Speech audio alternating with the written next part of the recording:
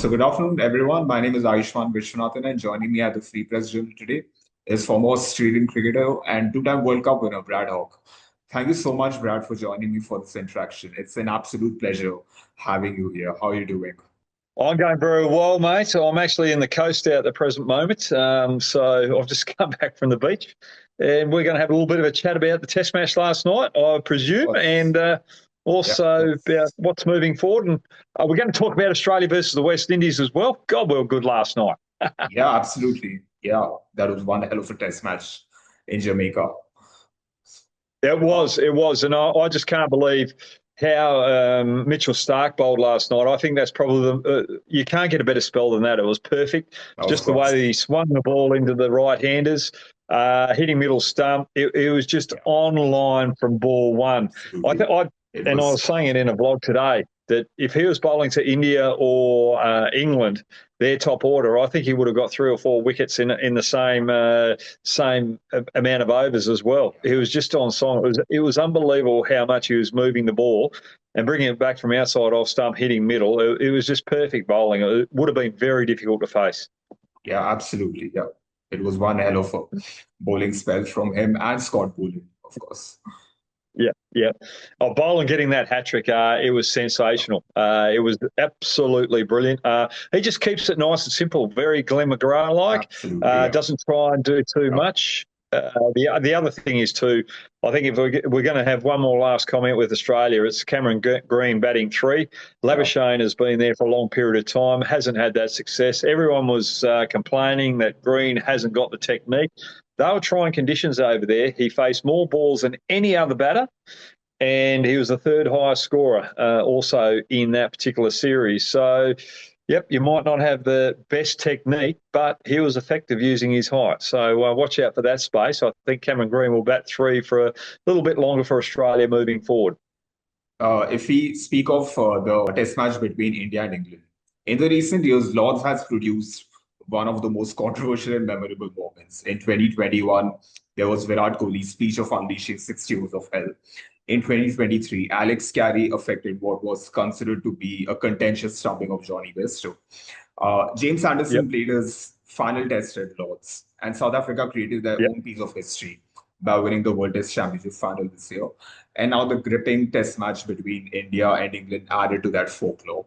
There was everything application shown by the batsmen on a tricky surface, on field altercations, and it finally culminated in a show of respect for Mohammad Siraj by the Englishmen. How would you sum up the third test match? The third Test match, I think it was an absolute fantastic, enthralling contest. I think there are a couple of moments there where you could say, all right, drop catches. I think Rahul dropped Smith early on in that first innings, England's first innings. He went on to make 50, but then Rahul was dropped in the second innings. You've got the controversy on the fourth night. England taking way too much time just to get one over on day four, the night of day four. No, sorry. What night was that? Day It four or was day day three. three? It was day three. It Yeah, was day day three. three. Yeah. Yeah, I just think the umpires should have stepped in there 2 minutes late to start to bowl the first ball. That's just not good enough. As far as I'm concerned, the umpires take control and say, well, if you're going to play like this, we're going to bowl another over afterwards. Yeah. We don't really care because we should have had 2 overs there. So for me, the umpires were probably in the wrong there rather than the players. But then I think where the Test match was won and lost was Pant and Rahul. Day three, they were taking the game away from England, 140-run partnership Yeah. there. Right. This is India's first innings, and lunch, Pant gets run out, trying to get Rahul on strike, trying to get his 100 so that if he wanted to go and have a curry, he can enjoy the curry at lunch and not have to worry about getting 100 afterwards. But then Rahul got his 100 and he was out after that ball. After getting the 100, the very next ball he got out. I just think that particular moment, worrying about the milestone rather than the team mission, cost India the Test match. And there's nothing wrong with Pant or Rahul. it was just the emotion got to them. They were thinking about a future event rather than thinking about what they needed to do to keep India in the contest there. And I just think sometimes milestones get in the road of what the team actually needs. And I think that's where the game was won and lost. But well done to Jadeja with the way that he batted out the back end there to nearly get India over the back end. So for me, India probably lost the test match with the punt run out. Were you surprised by how the conditions were in sharp contrast to what we saw in the World Test Championship final at Lord's? Because South Africa were able to chase 282 to beat Australia on day 4 and 5, but India found it far from easy, chasing 193. Yeah, well, you've got to look at it too. That I think the World Test Championship was a couple of weeks ago, probably nearly a month ago now. So you don't know what the conditions are over there for the last month. It might be a little bit drier than what it was to the lead up to that World Test Championship. And the other thing is too, England are preparing for one of the probably the best series that they can have at the moment, the big money earner, and that is India versus England as well. So you want to make sure your facilities are right for that. So there would have been a bit better preparation for that particular fixture than probably the World Test Championship final. And if it was in Australia, would have been the same scenario if India were playing Australia, because you want to make sure you have the best conditions for that particular match. For me, I thought it was a perfect wicket. It was reasonable for batting 1, 2, 3, and then it started to play a few gremlins out the back end there where balls were just starting to move around. There was a bit of swing there as well. And you know that in 5-day test match that it should be hardest to bat on day 5. And you go back to that run out with Pant and Rahul. If that never happened, those 2 wickets didn't happen within 10 balls, all of a sudden India have got a lead of 80 to 100, maybe more. If things go well, then you don't have to chase as many in that last innings. So for me, I just think it was a perfect cricket wicket, and it just sets the rest of the series up perfectly. 2 test matches to go, India behind by one test. You can't get better than this. Of course, yeah. If you look from India's perspective, it's like a younger team relatively, one without Rohit Sharma and Virat Kohli, but to put themselves in a strong position to win at Headingley and Lords, despite not actually crossing the line and winning so handsomely at Edgbaston. It's been those fine margins, especially in the third test. How do you see this team progressing in the next few years? Look, it's exciting times, and you won the test match without Boomer in the team as well. So the one test match you won was without your leading bowler there. And you look at the series back here in Australia, the test match that you won up there in Queensland, it was all youth, untested players in your 11. So for me, I just think there's so much upside for India moving forward. I wouldn't be too worried about whether you win or lose this particular series. What you've got to be looking at is the process, the strategy, the way that the players are handling the pressure. Yeah, it's phenomenal. So for me, they've been in close contests. They've taken it right to the wire in every test match. So for me, there's so much upside for the series moving forward, and that's what I look at. I don't look at the wins. I look at the way that they're handling the pressure, the way that they're staying in the contest, and I think they're actually performing better than if they had Rowett and Virat Kohli in the team at the moment as well. And I know that sounds rude to both Rowett and Virat Kohli, but you've got to move on. Virat and both Rowett haven't really had that much success over the last couple of years. Rowett hasn't performed well outside of India. So you had to make those changes, and they were tough changes. They had to be made. You've gone with new leadership, and it's working extremely well right now. To lose a test match at Lords by 22 runs in a run chase like they had, with Jadeja fighting with Siraj and Boomer out the back end, that's just exceptional stuff. And I think you look at Reddy and Sundar, they'll put under pressure. If I was Gambia, the coach, I'd be sitting there with both of those particular players and saying, right, that's the pressure that you've got out test level. You're not going to get much bigger pressure than that chasing a total on the fourth day, which is gettable. What would you change with your mindset the next opportunity you get in that particular fixture? That's all I'd be doing with the team. Looking at those younger players, how would you approach that scenario again? Right, that's the way you do it. Right, let's sit back, visualise it as though it's happened. Let's move on to the next test match. That's all India have to do right now. Okay. Jasprit Bumrah has played 2 tests in the series so far, and the promise was of three. Shubman Gill had remained coy when asked whether Bumrah will play in a 4 test in Manchester. Do you see him playing in Manchester, or do you see him playing at the Oval? For me, I don't think you should be worried about Boomer too much, whether you play him in the next Test match or the fifth Test match. You've already won a Test match without him, so for me, it'll be probably who you're going to bring in, Krishna or Arshdeep Singh.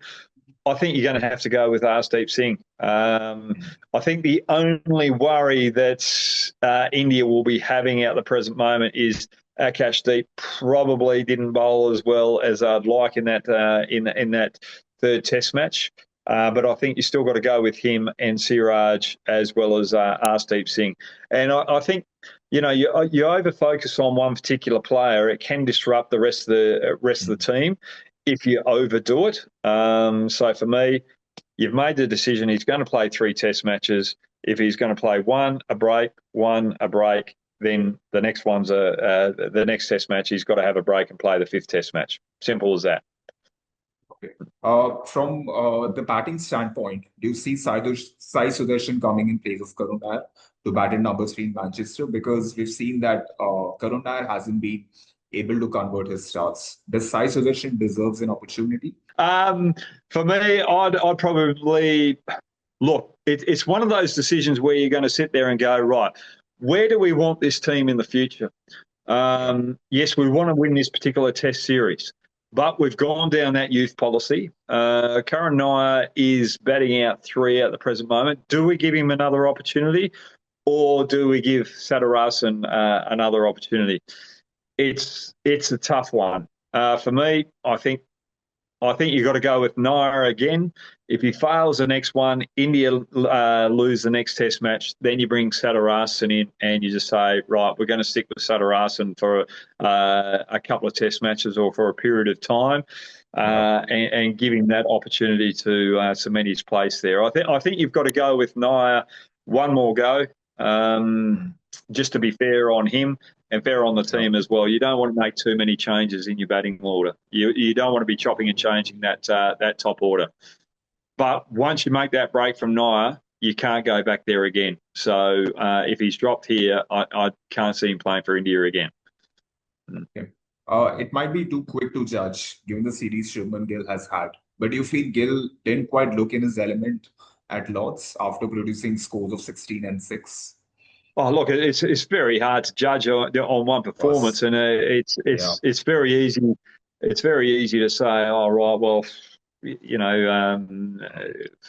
pressure might be getting to him or something like that. But at the end of the day, for me, I think he's got a good technique. He's got a solid foundation. I look back out Steve Smith a couple of years ago over there in England. He got a double 100, and then the next Test match he failed. He was overconfident in that in the following Test match, and then the Test match after that he came back and made another 100, I think it was, and set the world alight. So don't get too hung up on Gill not having a good innings or a good time of it out Lords. Things happen. He's had 2 good Test matches. And he's had 2 innings where the bowler had his number there at Lords. What's going to happen in the future? You don't know. I think he's got a great mindset. He's cool, calm, collect. I'm not too worried about Gill moving forward. I think he'll produce the goods in the next Test match. We've seen in the series about the issue with Duke's ball going soft too quick or out of shape, and players constantly asking to change it. From the umpires, causing delays and frustrations. Having played some county cricket yourself, what's your take on this issue? Oh, look! At the end of the day, everyone knows what's happening with the ball. It's going soft. You understand that. Jadeja was getting the ball to turn on day one. So, Yeah, do you go with spin with that softer ball if it's turning? Bring spin into play, or with England wanting to play a little bit more aggressively, they didn't do it out Lords. They were a little bit more cautious there. Do you change up the bowling style to it? Do you invite England to play a different game? Do you change your field set?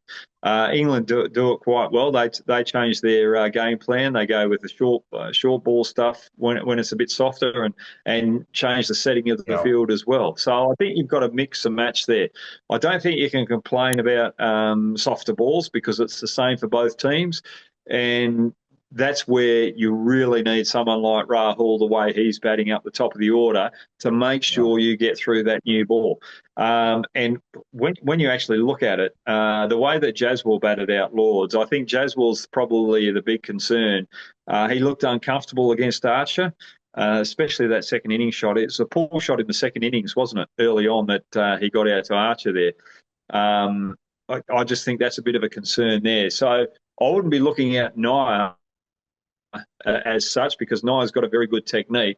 If I was looking at bringing Sutterusson in, it might be for Jaswell with the way that he faced Archer in this particular Test match, because Sutterusson's got a better technique, and having a top three like that where they're more technically correct, don't want to yeah, take on the bowling, but more wear the bowlers down, wear that ball down, and yeah. the ball gets soft, then all of a sudden the middle order of India can really take the game away. So on a strategic perspective, Sutarasan coming in for Jaswal if they're not comfortable with Jaswal facing Archer the way that he played him in this first Test match, this Lord's Test match.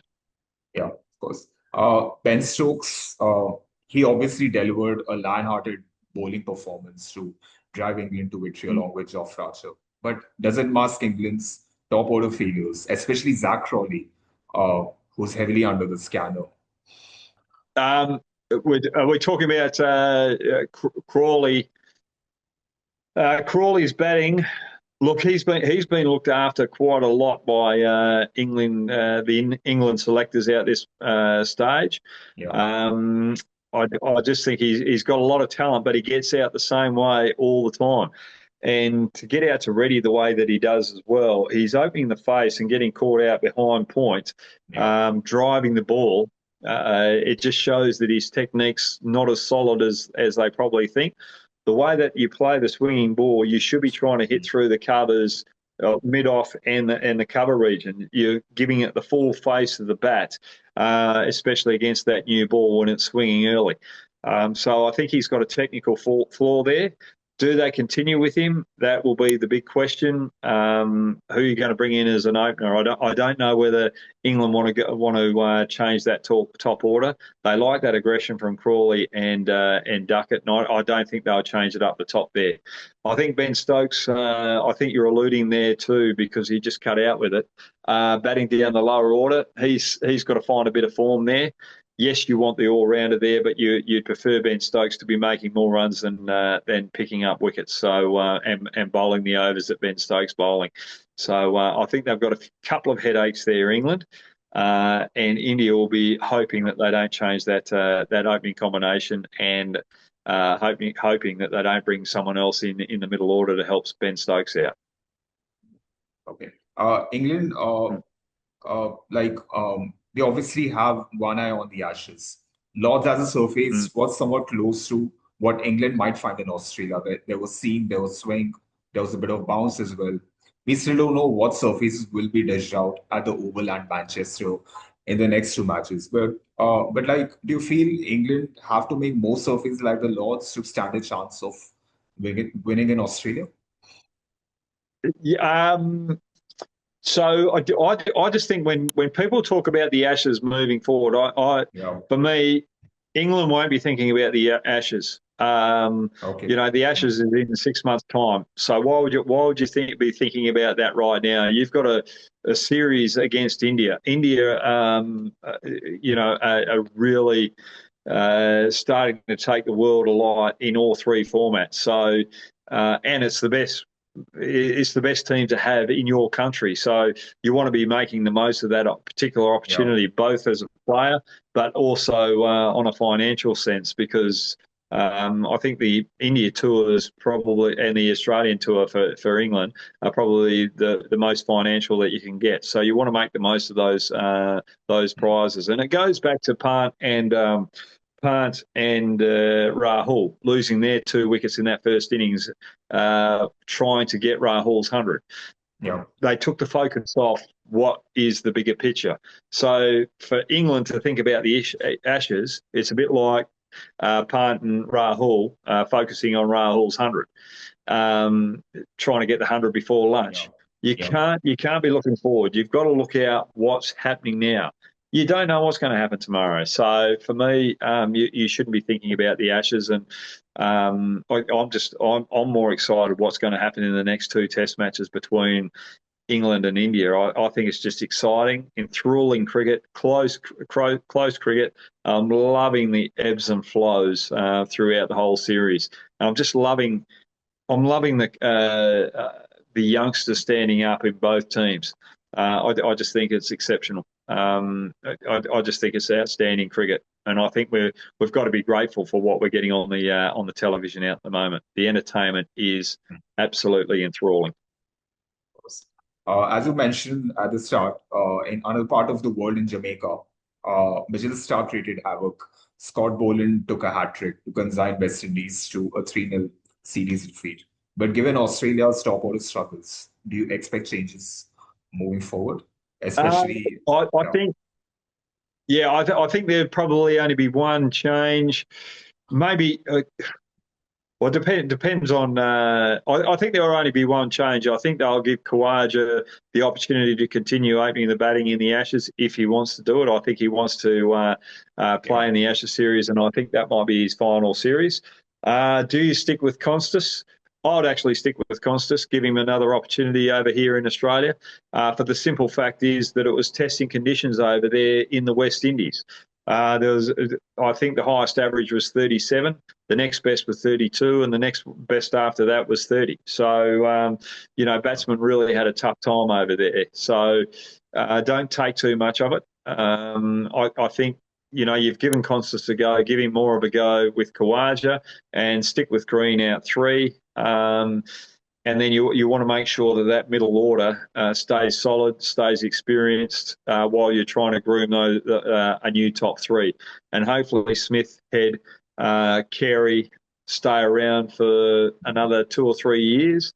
And by that stage, you'd hope that Constance Green at three would have settled themselves. So you've got that experience out the top as you start grooming a new middle order in about 3 or 4 years' time. So I think we've got to be very careful with our transition now, and make sure we give a couple of guys a longer go than a shorter go. okay. And finally, your series prediction for India and England. Which way this will swing? Which way will this go? Look, it's going to be very tough. India will definitely win another Test match. I'm predicting. I think we're going to see a result go England's way, but it's going to be Okay. very, very tight. And the only reason why I say that is because England have won 2 Tests out at the moment, and they know that India uh, are a tough competitor, and they're not going to take it easy moving into the next 2 Test matches.